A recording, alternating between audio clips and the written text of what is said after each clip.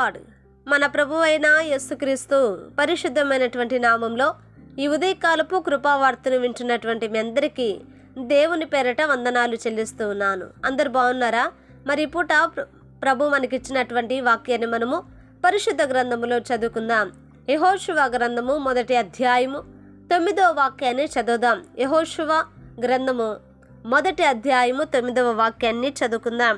నేను నీకు ఆజ్ఞ ఇచ్చి ఉన్నాను గదా, నిబ్బరము కలిగి ధైర్యముగా ఉండుము, దిగులు పడకము, చెడియకము. నీవు నడుచు మార్గం అంతటిలో నీ దేవుడైన యెహోవా నీకు తోడై ఉండును. హల్లెలూయా. దేవుని బిడ్డలారా, గమనించండి, ఇక్కడ రాయబడినటువంటి యొక్క వాక్యాన్ని మనం గమనిస్తూ ఉన్నప్పుడు మోషే, దైవజనుడైనటువంటి మోషే మృతి నొందిన తరువాత మరి యెహోషువను ప్రభు ఏర్పరచుకొని యెహోషువ ద్వారా ఇజ్రాయిల్ ప్రజలను ఆయన నడిపిస్తూ ఆయన సెలవిచ్చిన మాట ఏమిటంటే, దిగులు పడకము, జడియకము, నిబ్బరముగా ఉండుము, నీవు నడుచు మార్గం అంతటిలో కూడా నీ దేవుడైన యెహోవా నీకు తోడై ఉండును అని ఈ యొక్క వాక్యములో చెప్పబడిందండి. నా దేవుని బిడ్డలారా, ఈ రోజున ఈ యొక్క మాటలు మనం గమనిస్తున్నప్పుడు మనందరితో కూడా ప్రభు మాట్లాడుతూ ఉన్నాడు. నీవు నడుచు మార్గం అంతటిలో నీ దేవుడైన యెహోవా నీకు తోడై ఉన్నాడు. ఆలోచించాలండి మనం ఈ రోజున దేని గురించి అనంటే, యెహోవా మన మార్గములలో ఎప్పుడు మనకు తోడే ఉంటాడు. నా దేవుని బిడ్డలారా, మనము నడుచు మార్గములు ఎటువంటివిగా ఉన్నాయి, మనము నడుచు మార్గములు ఎలా ఉన్నాయి అంటే మన జీవితం ఎటు నడుస్తూ ఉంది, మన జీవితం ఎలా మనము నడిపించబడుతూ ఉన్నాం.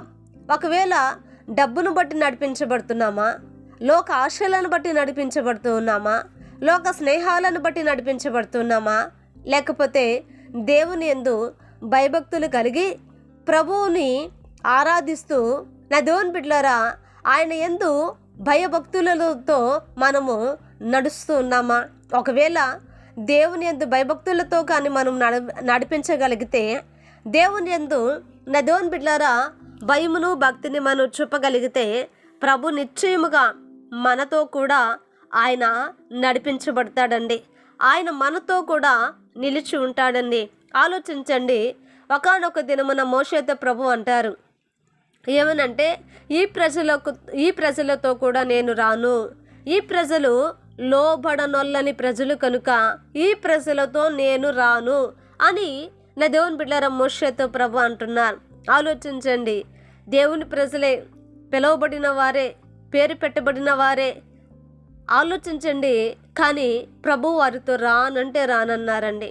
ఎందుకనంటే వారు లోబడిని ప్రజలు, దేవుని యొక్క మాటకు లోబడలేదు, దేవుని యొక్క నామానికి మహిమకరంగా వారు లోబడలేదు, వాక్యానికి లోబడలేదు, సన్నిధికి లోబడలేదు. కనుక లోబడనొల్లని ప్రజలు కనుక వారితో కూడా నేను రాను.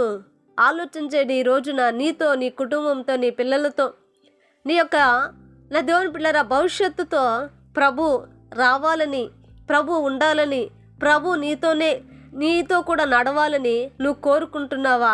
అలాగైతే లోబడేటువంటి మనసు మనకు ఉండాలి. హల్లెలూయా.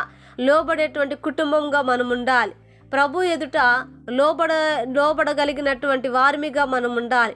కనుక ఈ రోజున మనుషుల తోడు కాదండి, దేవుని తోడు మనకు కావాలి. కనుక తప్పగా ఆయనకు మనం లోబడి ప్రభు మనతో కూడా ఉండినట్లుగా ఒక చిన్న ప్రార్థన చేద్దాం. మహాపరిశుద్ధుడా, మహోన్నతుడా, నీకు వందనాలు నాయనా. ఈ ఉదయకాలం మందు ప్రభా మీరు మాతో మాట్లాడినందుకే స్తోత్రాలు. నిజమేనైనా అయా నీకు లోబడి నా ప్రభా, అయా నా తండ్రి నైనా, అయా ఇదిగో మా జీవితంలో నా ప్రభువ అయా మీరు మాకు తోడుగా ఉన్నట్లుగానైనా మీరు కృప చూపండి. మా పితరులు నీకు లోబడకే అయా వారిలో నా తండ్రి ఎంతోమంది నశించిపోయారు. అలాగున కాదు ప్రభా, మేము నడుచు మార్గం అంతటిలో మీరు మాకు తోడే ఉండండి నాయన. ప్రతి మార్గములో మాకు ఆలోచన చెప్పండి, ప్రతి మార్గములో నాయన నీ హస్తాన్ని మాకు చాపండి అయ్యా. ఈ వాక్యం వింటున్న ప్రతి వారిని మీరు ఆశీర్వదించి దీవించి కృప చూపమని యేసు నామాన్ని అడిగి వేడుకుంటున్నాము తండ్రి. ఆమేన్. Praise the Lord. దేవుని కృప మీకు తోడై ఉండును కాక.